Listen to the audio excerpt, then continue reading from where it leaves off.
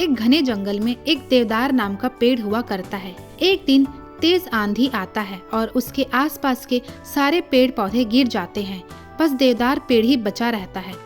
वो अपनी टहनियों के सहारे सबको बारी बारी से उठाता है। सभी पेड़ पौधों को वो दिल से मदद करता है। तभी अचानक बादल से एक चमकदार रोशनी उस पेड़ पर गिर जाता है और देवदार पेड़ पूरी तरह से जल जाता है। देवदार पेड़ के जलने पर आसपास के सारे पेड़ पौधे चिल्ला चिल्ला कर रोने लगते हैं और तभी अचानक देवदार पेड़ के जड़ों से वापस से देवदार पेड़ पैदा होने लगता है।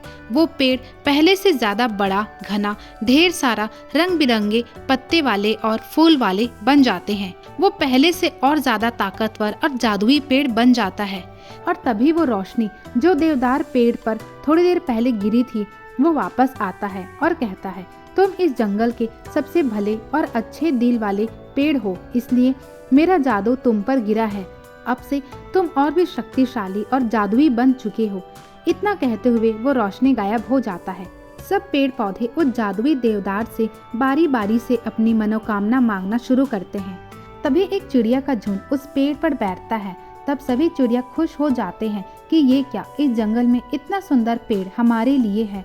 तभी एक कौवा आता है और कहता है, इतना सुंदर होने का क्या फायदा, हम कौवे को कोई भी पूछता नहीं है, न हमारे रहने का ठिकाना है और न ही हमारे खाने का।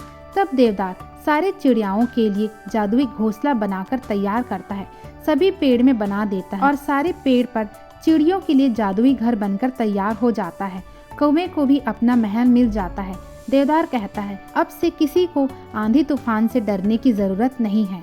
सभी खुश हो जाते हैं। तभी कुछ लोग उस जंगल में लकड़ी काटने के लिए आते हैं। एक इंसान कहता है जिसका नाम लखन होता है। लखन कहता है, ये क्या इतना सुंदर पेड़, मैंने आज तक ऐसा पेड़ नहीं देखा। तब किरण यानी उसका दोस्त कहता है, चलो भाइयों, इसकी लकड़ी तोड़ते हैं, इसे बाजार में बेचेंगे तो खूब पैसा मिलेगा। इतना सुंदर पेड़, हमें इसका अधिक से अधिक दाम मिलेगा। जब लखन और किरण और उसके सभी दोस्त उस पेड़ का लकड़ी तोड़ने की कोशिश करते हैं, तब देवदार अपने टहनियों से सबको जकड़ लेता है और सभी वहां से बचाओ बचाओ करके चिल्लाने लगते हैं। सभी वहां से भाग निकलते हैं। लखन बहुत ही शातिर बुद्धि का होता है। वो वहां देवदार पेड़ को देखते ही समझ जाता है कि ये कोई साधारण पेड़ नहीं है, बल्कि एक जादुई पेड़ है।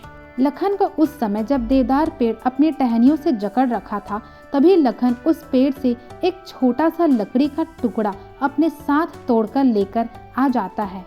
सभी दोस्त वहां से जान बचाकर अपने अपने घर को चले जाते हैं, पर लखन अपने साथ वो छोटा लकड़ी का टुकड़ा लेकर आ जाता है। लखन अपने दोस्तों में से किसी को भी ये बात नहीं बताता और वो अकेले में अपने कमरे में बैठकर उस लकड़ी के टुकड़े से एक पेंसिल बनाता है। पेंसिल एक दिन में बनकर तैयार हो जाता है और उसके बाद चतुर पेंसिल बन जाता है।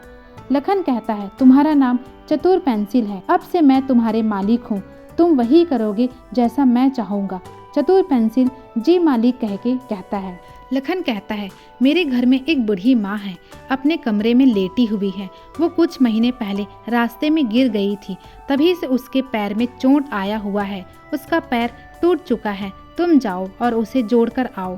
पेंसिल कहता है, जी मालिक, और तुरंत वो अपना काम करती है। थोड़ी ही देर में लखन की माँ खुद से चलकर कमरे से बाहर आकर कहती है, कहाँ हो लखन बेटा, देखो तो जरा, मैं चल सकती हूँ। लखन बहुत ही खुश हो जाता है। लखन का बेटा बाहर गली में खेल रहा होता है और तभी वो कुएं में गिर जाता है और वो पेंसिल से कहता है, तुम जल्दी से जाकर एक मजबूत रस्सी बन जाओ, मैं मेरे बेटे को बचाता हूँ। लखन अपने बच्चे को बचा लेता है। तभी लखन कहता है, इस कुएं में पानी कम है। तब पेंसिल उसमें पानी भर देता है। लखन कहता है, मेरे घर के बाहर कोई फल का पेड़ नहीं है। तब पेंसिल ढेर सारे फलों का पेड़ उगा देता है। लखन कहता है, मेरे पास मेरे दोस्त को चुकाने के लिए पैसा नहीं है। तब वो ढेर सारा पैसा बना देता है। लखन जाकर किरण को पैसे देकर आता है। लखन के आ जाने के बाद किरण अपने अन्य दोस्तों से कहता है, यार तुम लोगों को एक बात समझ आया, जब से हम उस जंगल से लौटे हैं तब से लखन कुछ बदला बदला सा लग रहा है।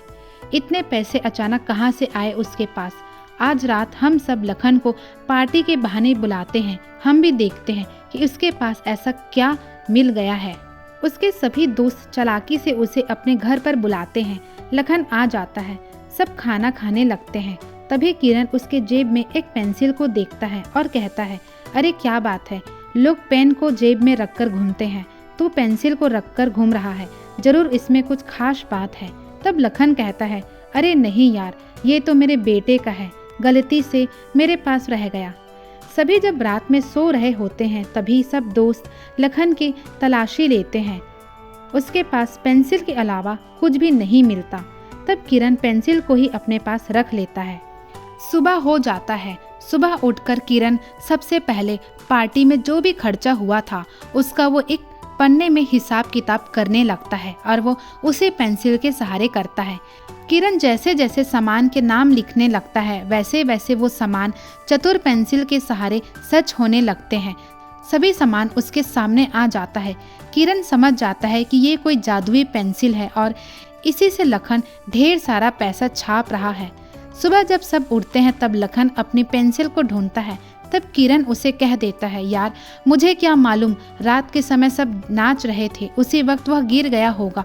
वैसे भी मैंने घर की सफाई सुबह उठते ही कर लिया था, शायद कचरे में चला गया होगा तुम्हारा वो पेंसिल। वैसे भी वो तो साधारण पेंसिल था, तो उसके पीछे पागल क्यों हो रहा है। तब लखन कहता है, नहीं यार, वो मेरे बेटे का कीमती पेंसिल था, मुझे उसे किसी भी हाल में ढूंढना होगा। किरण फिर से कहता है, यार मुझे नहीं मालूम, मैंने पूरे घर का सफाई कर लिया है, शायद तुम्हारा पेंसिल कचरे में पड़ा होगा। पेंसिल ऐसा सुनते ही वो सच में कचरे के ढेर में जाकर छुप जाता है और बाहर चला जाता है।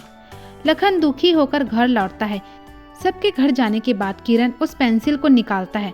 तब वो देखता है कि वो पेंसिल वहां से गायब हो चुका है। वो भी जाकर कचरे के ढेर में उसे ढूंढता है पर वो पेंसिल उसे कहीं भी नहीं मिलता।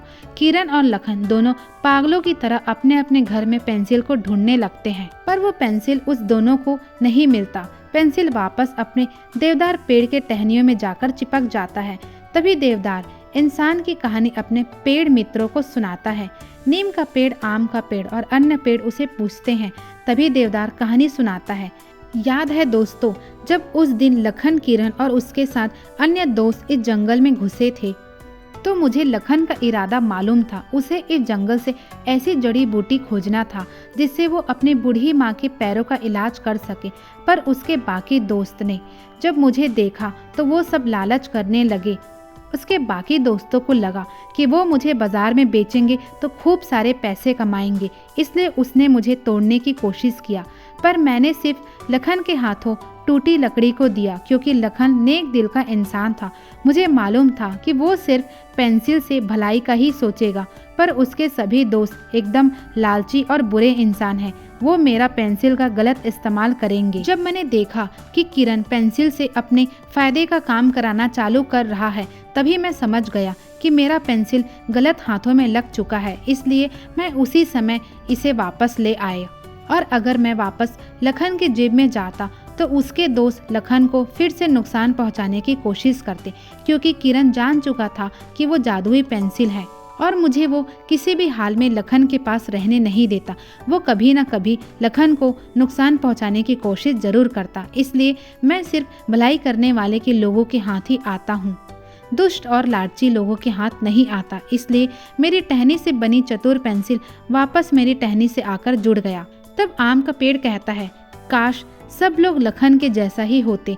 वो अपने बारे में नहीं सोचा बल्कि दूसरे के भलाई के बारे में सोचा करता था। काश सभी लोग अच्छा सोचते तो सारी बुराई ही मिट जाती और सभी खुशी से रहने लगते। तो दोस्तों, कहानी खत्म हुई।